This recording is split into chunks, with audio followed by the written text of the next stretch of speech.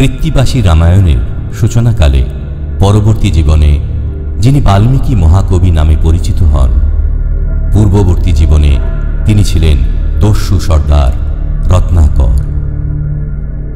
দস্যু রত্নাকর ছিলেন মা কালীর ভক্ত।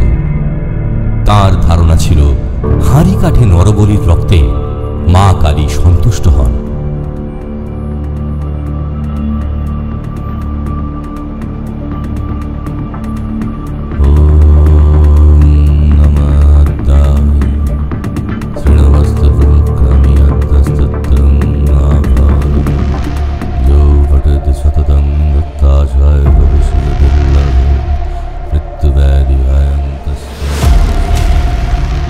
এমনই অমাবস্যা তিথিতে এক বালিকাকে আনা হয় রত্নাকরের কাছে নরবলি করার।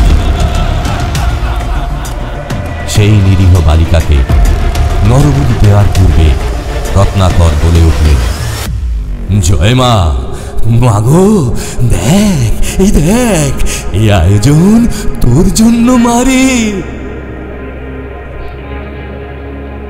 এমন সময় হঠাৎই বালিকার মুখে মায়ের প্রতিচ্ছবি লক্ষ্য করে রত্নাকর বলে উঠলেন, মাগো এ আমি কি দেখলাম মা, বল মা আমায়, চিন্ময়ী মা আমার বল, আমি কি দেখলাম মা, বল মা, বল মা আমায়, চিন্ময়ী মা আমার বল, বল মা, মায়ে তুই কি দেখালি মা আমাকে বল। পরবর্তী সময় দস্যু রত্নাকরের চেতনা জাগরণ হয়।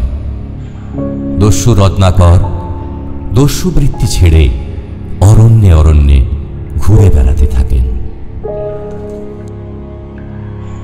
মোক্ষ লাভের জন্য রত্নাকর ধ্যান করতে থাকেন।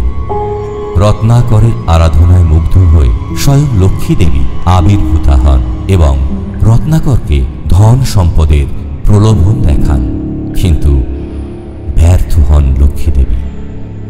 ধ্যানে মগ্ন থাকেন রত্নাকর। অতঃপর সরস্বতী দেবী প্রকট হন রত্নাকরের সম্মুখে এবং সন্তুষ্ট হয়ে দেবী সরস্বতী রত্নাকরকে বলেন, আমি বিনা পানি তোরে এসেছি শিখাতে গান, তোর গানে গলে যাবে সহস্র পাষাণ প্রাণ। আজ থেকে তুই মহাকবি বাল্মীকি। বিদ্যা সঙ্গীতের মাধ্যমে সমৃদ্ধ হোক তোর পরিসর।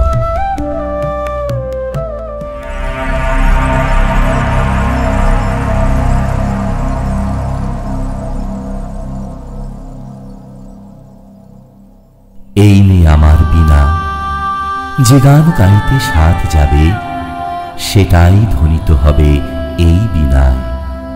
ছাতিম তলে মহাকবি বাল্মীকি সঙ্গীত এবং কাব্য রচনায় ব্যস্ত।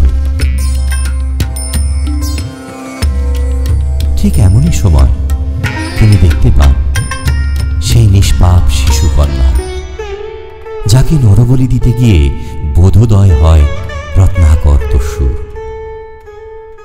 বাল্মীকি তখন ভক্তি ভরে প্রণাম করতে গিয়ে পুনরায় দর্শন পান